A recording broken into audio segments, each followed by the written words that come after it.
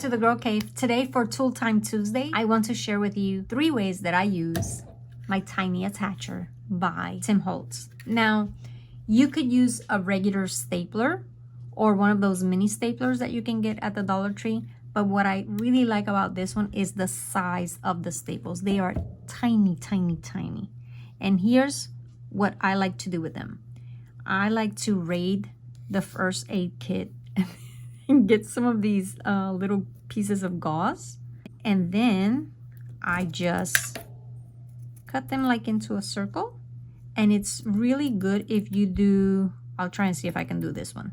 They don't have to be perfect circles. They're quite forgiving. I'm gonna make one smaller than the other. I'm gonna try to make one a little larger. So depending on the size of your gauze, like you can make them really big or small. I had the small size and they turn out to be about the same size. So let me see if I can trim this one. Trim really quick. That's kind of a circle. It is more of an oval, but that's okay. And then you want to separate them very gently because they will disintegrate. And that's part of the charm, but at the same time, you want to have some of it still complete. And then open them back again. There's 2 layers in here. And it's okay if they look distressed. And then you're going to place the little ones on top. Scrunch them up. Make sure that you rotate them so that they're not in the same position, because remember you cut them together, so you want them to look different. Oh my gosh, look at that. Then I'm gonna squish it, open it again. This one's the middle one. You open it, and then you're gonna use your tiny attacher and you're gonna staple it right in the middle, and you have a cute little flower. You could use crepe paper for this as well, like tissue paper that you get at the Dollar Tree, little pieces. Or you could use gauze, or you could even like color these, like soak them in some wood coloring or even ink and give them some color. So there you have some little flowers.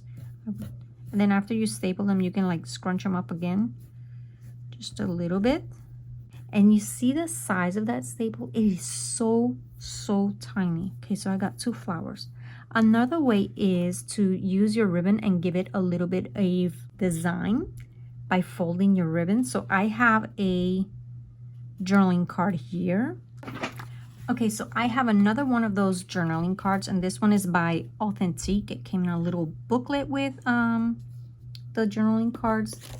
And when I saw her little dress, I remember that I have this ribbon, which I got at Michael's, I think I got. I'm going to dress this up because look at the difference.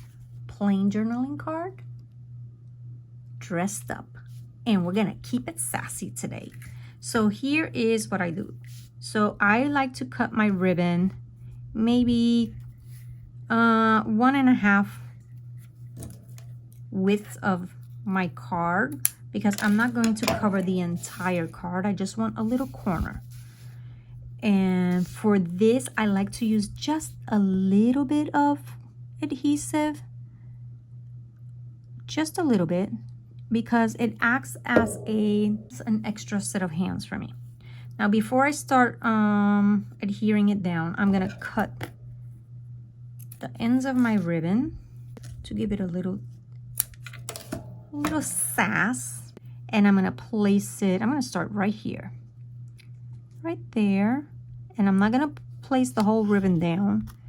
I just want it to hold it just a little bit. And then I'm gonna fold the ribbon onto itself.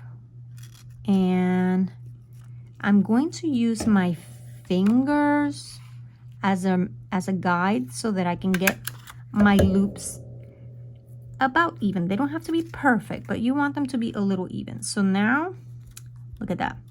I'm gonna place it, tack it down just a little bit. Again, leave a little space, and I'm gonna fold it back onto itself about the size of my finger. I'm using my same measurement with my finger. And let's see if you can see it right there. Right where this ribbon ends, right there. Oh, that's not a really good, okay, right there. That's where I'm going to place my staple. Not through that loop, but right next to it, or close enough. And then I'm gonna do it one more time. One more time. Fold my ribbon onto itself.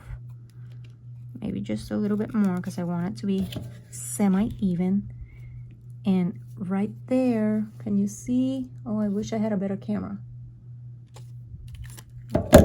This is where that ends. I'm gonna place the staple right here. So not on top of that, but like just like a teeny bit away from that fold. There. And then I take the adhesive to hold the tail down. So right here you need a little bit of glue, because that way it's nice and secured, but you don't see the staples. Hold it down. And voila, you see they're almost identical in width. How cute is that? Now you don't have to cut your ribbon off. If you're not sure how wide to cut your ribbon, you can leave it on the spool and then, or cut a big chunk off, and then once you get here, you can trim it to the width that you want. So that is the second way that I love to use my tiny attacher. Got flowers. I got my little girl is all sassy. And the next way is, this is a good idea for those layouts that we want to make a little bit more masculine. Staples. School layouts. Staples. So I have this ticket, and I'm just going to cut it in half. And then I'm going to kind of layer them like this. I think I want the green one on top. And I'm just going to, right there, at an angle, even off the journaling card right there, and just staple it. Just staple it. It gives it just a little bit more of texture.